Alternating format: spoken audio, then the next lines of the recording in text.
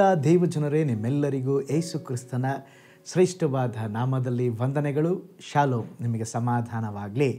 ಈ ದಿನ ದೇವರ ವಾಕ್ಯದ ಧ್ಯಾನಕ್ಕಾಗಿರುವಂಥ ವಿಷಯ, ನಿಮ್ಮಲ್ಲಿರುವಾತನು ದೊಡ್ಡವನು.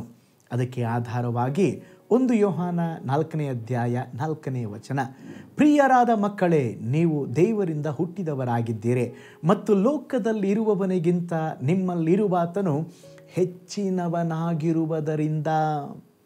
ನೋಡ್ರಿ, ಈಗ ಓದಿದ ವಾಕ್ಯ ಭಾಗದಲ್ಲಿ ನೋಡ್ತೇವೆ, ಲೋಕದಲ್ಲಿರುವವನಿಗಿಂತ ನಿಮ್ಮೊಳಗಿರುವಾತನು ಹೆಚ್ಚಿನವನು. ಲೋಕದಲ್ಲಿ ಇರುವವನು ಯಾರು? ಸೈತಾನನು, ಲೋಕಾಧಿಪತಿ. ಅವನಿಗಿಂತ ದೊಡ್ಡವನಾದ ದೇವರು ನಮ್ಮ ಒಳಗಡೆ ಇದ್ದಾರಂತೆ. ಒಂದು ಸಾರಿ ಪ್ರವಾದಿಯಾದ ಎಲೀಷನು ದೋತಾನಿನಲ್ಲಿರುವಾಗ ಆರಮ್ಯರ ಅರಸನು ಎಲೀಷನನ್ನು ಹಿಡಿಯಲು ರಥಾಶ್ವಗಳನ್ನು ಕಳುಹಿಸಿದನು. ದೊಡ್ಡ ರಥಾಶ್ವಗಳು, ಮಹಾಸೈನ್ಯ ಪಟ್ಟಣವನ್ನು ಸುತ್ತುವರೆದಿತ್ತು. ಅದನ್ನು ನೋಡಿದಂಥ ಎಲೀಷನ ಸೇವಕನು, ಅಯ್ಯೋ ಸ್ವಾಮಿ, ಏನು ಮಾಡೋಣ ಎಂಬುದಾಗಿ ಎಲೀಷನಿಗೆ ಹೇಳಿದಾಗ, ಆಗ ಎಲೀಷನ ಹೇಳುತ್ತಾದನೆ, ಹೆದರಬೇಡ, ಅವರ ಕಡೆ ಇರುವವರಿಗಿಂತಲೂ ನಮ್ಮ ಕಡೆಯಲ್ಲಿ ಇರುವವರು ಹೆಚ್ಚಾಗಿದ್ದಾರೆ. ಅವನ ಕಣ್ಗಳನ್ನು ಸ್ವಾಮಿ ತೆರೆ ಎಂಬುದಾಗಿ ಹೇಳಿದಾಗ ಅವನ ಕಣ್ಗಳು ತೆರೆಯಲ್ಪಡ್ತು. ನೋಡಿದಾಗ ಗೊತ್ತಾಯಿತು, ಶತ್ರುಗಳಿಗಿಂತ ಇವರ ಕಡೆ ಇದ್ದಂಥ ದೊಡ್ಡ ದೇವದೂತ ಸೈನ್ಯ ಹೆಚ್ಚಿನವರಿದ್ದರು. ನೋಡ್ರಿ, ಅದಕ್ಕೆ ಯೋಹಾನನು ತಿಳಿಸ್ತಾನೆ, ನಮ್ಮಲ್ಲಿರುವಾತನು ದೊಡ್ಡವನು, ಹೆಚ್ಚಿನವನು. ಎಲೀಷನ ಹೇಳಿದನು, ನಮ್ಮ ಕಡೆಯಲ್ಲಿರುವವರು ಹೆಚ್ಚಾಗಿದ್ದಾರೆ. ಹೌದು ಪ್ರೀತಿಯುಳ್ಳ ದೇವಜನರೇ, ನಮ್ಮ ದೇವರು ಯಾರೆಂಬುದಾಗಿ ನಾವು ತಿಳಿದುಕೊಳ್ಳಬೇಕು. ಒಂದು ಗ್ರಾಮದಲ್ಲಿ ಒಬ್ಬ ಯೌವನಸ್ಥನಿದ್ದನ್ರಿ.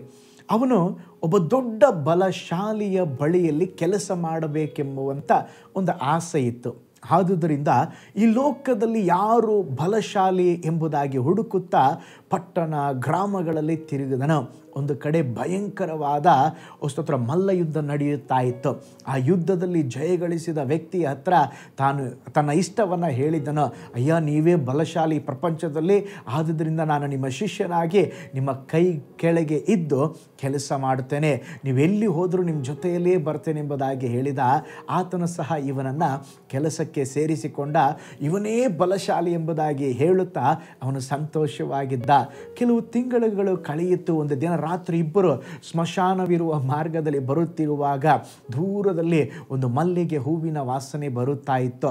ಝಲ್ ಝಲ್ ಎಂಬ ಗೆಜ್ಜೆಯ ಶಬ್ದ ಕೇಳುವಂತಿತ್ತು. ಆಗ ಇಬ್ಬರು ಹೆದರಿದರು.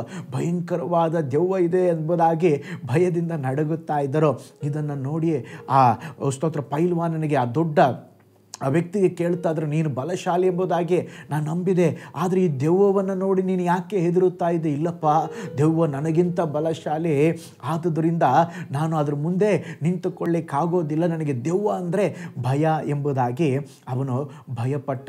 ಆಗ ಈ ಯೌವನಸ್ಥ ಯೋಚನೆ ಮಾಡ್ದ, ಹಾಗಾದರೆ ದೆವ್ವವೇ ಬಲಶಾಲಿ ಆಗಿದ್ದರೆ ಆ ದೆವ್ವಕ್ಕೆ ನಾನು ಏನಾಗಿರ್ತೇನೆ? ಗುಲಾಮನಾಗಿರ್ತೇನೆ. ಮತ್ತೆ ಅವನು ದೆವ್ವದ ಬಳಿಗೆ ಹೋಗಿ, ದೆವ್ವವೇ ನೀನೇ ಬಲಶಾಲಿಯಂತೆ, ನಾನು ನಿನಗೆ ಗುಲಾಮ ಆಗಿರುತ್ತೇನೆ. ಸ್ವಲ್ಪ ದಿನಗಳು ಕಳೆದ ಮೇಲೆ ಒಂದು ಮನೆಯ ಪಕ್ಕದಲ್ಲಿ ಸೈತಾನನು ಒಬ್ಬರ ಮೈಯಲ್ಲಿ ಬರುವಾಗ ಅಲ್ಲಿ ಪ್ರಾರ್ಥನೆ ಮಾಡಲಿಕ್ಕೆ ಒಬ್ಬರು ಪಾಸ್ಟರ್ ಬಂದರು. ಅವರು ಪ್ರಾರ್ಥನೆ ಮಾಡಿ ಯೇಸು ಎಂಬುದಾಗಿ ಹೇಳುವಾಗ ಈ ಸೈತಾನ ನಡಗಲು ಆರಂಭಿಸಿದ. ಹಾಗೆ ಯುವಕ ಕೇಳ್ತಾನೆ, ನೀನು ಬಲಶಾಲಿ ಎಂಬುದಾಗಿ ನಾನು ತಿಳ್ಕೊಂಡಿದ್ದೆ, ನೀನು ಯಾಕೆ ನಡುಗ್ತಾ ಇದೆಯಾ?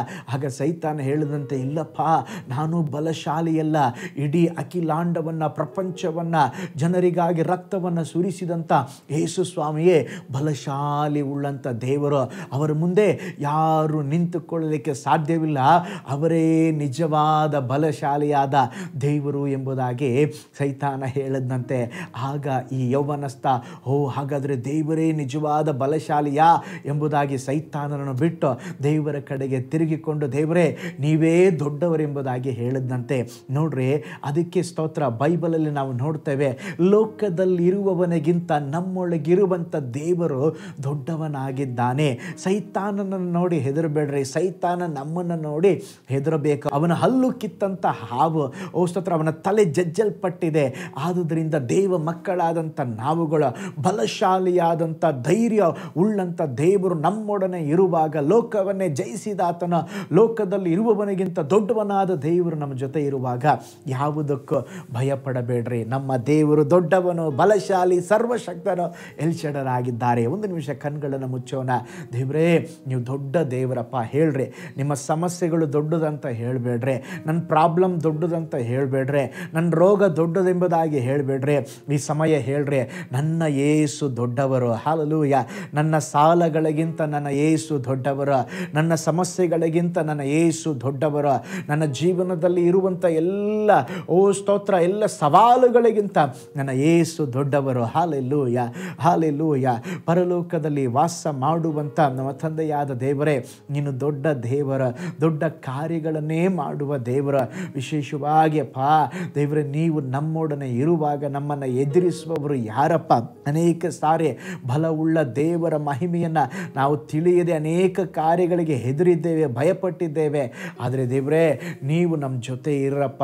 ದೊಡ್ಡವನಾದ ದೇವರೇ, ಲೋಕದಲ್ಲಿ ಇರುವವನಿಗಿಂತಲೂ ನಮ್ಮೊಳಗಿರುವ ದೇವರೇ, ನೀವು ಈ ದಿನ ಅನೇಕ ದೇವ ಮಕ್ಕಳ ಜೀವಿತದಲ್ಲಿ, ಕುಟುಂಬದಲ್ಲಿ ದೊಡ್ಡ ಕಾರ್ಯಗಳನ್ನು ಮಾಡಬೇಕೆಂಬುದಾಗಿ ನಾವು ಪ್ರಾರ್ಥಿಸ್ತೇವೆ ಸ್ವಾಮಿ. ನಿನ್ನ ಕರಗಳಲ್ಲಿ ಒಪ್ಪಿಸಿಕೊಡುತ್ತೇವೆ. ಈ ವಿಡಿಯೋವನ್ನು ವಾಚ್ ಮಾಡಿದ ಎಲ್ಲರನ್ನ ಬ್ಲೆಸ್ ಮಾಡಿರಿ. ನಿನ್ನ ಹಸ್ತ ಅವರ ಜೊತೆಯಲ್ಲಿರಲಿ. ಆಶೀರ್ವಾದ ಮಾಡಿರಿ. ಸ್ತುತಿ, ಘನ, ಮಾನ, ಮಹಿಮೆ ನಿಮಗೆ ಸಲ್ಲಿಸ್ತೇವೆ. ಯೇಸುವಿನ ಹೆಸರಿನಲ್ಲಿ ಪ್ರಾರ್ಥಿಸ್ತೇವೆ, ನಮ್ಮ ಜೀವವುಳ್ಳ ತಂದೆಯೇ. ಆಮೇನ್, ಆಮೇನ್. Praise the Lord. ಹಾಗಾದರೆ ಲೋಕದಲ್ಲಿರುವವನಿಗಿಂತ ನಮ್ಮೊಳಗಿರುವ ದೇವರು ದೊಡ್ಡವರಾಗಿದ್ದಾರೆ, ಬಲಶಾಲಿಯಾಗಿದ್ದಾರೆ. ಆ ಬಲಶಾಲಿಯಾದ ದೇವರನ್ನ ಗಟ್ಟಿಯಾಗಿ ಹಿಡ್ಕೊಂಡು ಜೀವಿಸ್ರಿ. ಕರ್ತನು ಮಹೋನ್ನತವಾದ ಸಂಗತಿಗಳನ್ನು ನಿಮ್ಮ ಬಾಳಿನಲ್ಲಿ ಮಾಡಲಿ. God bless you all.